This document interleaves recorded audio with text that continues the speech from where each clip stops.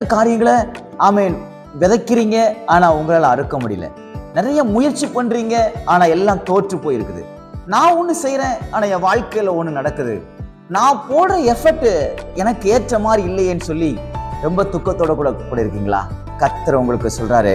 எரேமியா தீர்க்கதரிசன புத்தகம் 31ஆம் அதிகாரம் 16வது வசனத்திலே மைய பகுதியில் இப்படியாக சொல்லப்பட்டிருக்கிறது. கர்த்தர் சொல்லுகிறார், உன் கிரியைக்கு பலன் உண்டென்று. உன் கிரியைக்கு பலன் உண்டென்று கர்த்தர் சொல்லுகிறார். நீங்க எதுக்கெல்லாம் முயற்சி பண்ணி தோற்று போயிருக்கீங்களோ அதற்கு இன்றைக்கு பலன் தருவேன் என்று சொல்லுகிறார். படிப்புல நிறைய எஃபர்ட்டை போடுறீங்களா, ஆனா ரிசல்ட் நல்லா இல்லை அப்படின்னு ரொம்ப வேதனையோடு கூட இருக்கீங்களா?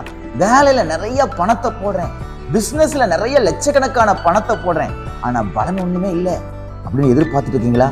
வேலையில உங்களுக்கு பலனை தர அவர் உண்மை உள்ளவராக இருக்கிறார். பிள்ளைகளுக்காக பாசத்துக்காக நான் நிறைய எஃபர்ட் போடுறேன், ஆனா அந்த பிள்ளைங்க என் பக்கத்துல நெருங்கவே மாட்டேங்கிறாங்க அப்படின்னு சொல்லி பலன் இல்லாமல் ரொம்ப வேதனையோடு இருக்கீங்களா? கர்த்தர் சொல்றாரு, உங்க கிரியை தக்க பலனை கர்த்தர் கட்டளையிடுவார். நீங்க எவ்வளவு காரியங்களுக்காக எவ்வளவு முயற்சி பண்றீங்களோ அந்த முயற்சிக்கு ஏற்ற பலனை கர்த்தர் தர வல்லமையுடையவராக இருக்கிறார். இதுவரைக்கும் கிடைக்காம இருந்திருக்கலாம், ஆனால் இன்றைக்கு கர்த்தர் சொல்றாரு, நீ பட்ட பிரயாசத்துக்கும் நீ பட்ட வேதனைக்கும் நீ வடித்த கண்ணீருக்கும் ஏற்ற பலனை நான் உனக்கு தருவேன் என்று கர்த்தர் சொல்கிறார். விசுவாசிக்கிறீங்களா? அவரால் கூடும். நிறைய நேரம் நம்ம பிரயாசப்பட்டு நம்ம தோற்று போயிருப்போம். அழுது கண்ணீர் வடிச்சு பதில் இல்லாம நம்ம இருந்திருப்போம். அநேக பணங்களை விரயமாயிருக்கும். லாஸுக்கு மேல லாஸ், கடனுக்கு மேல கடனா இருந்திருக்கும். ஆனா கர்த்தர் சொல்றாரு, நீ உண்மையா பிரயாசப்பட்ட பத்தியா? உண்மையுள்ள மனுஷன் பரிபூர்ணமான ஆசீர்வாதங்களை பெறுகிற அளவிற்கு நான் உன் பிரயாசத்துக்கு ஏற்ற பலனை தருவேன். நீ ஒரு நாள் நீ சும்மா இல்லை, நீ அதுக்காக எவ்வளவு பாடுபடுகிறாய், நீ அதற்காக எவ்வளவு பிரயாசப்படுகிறாய் என்பதை நான் பார்த்து கொண்டு இருக்கிறேன். நம்முடைய ஆண்டவர் எப்படிப்பட்டவர் தெரியுமா? சுறுசுறுப்புள்ளவனை கர்த்தர் ஆசீர்வதிப்பார்.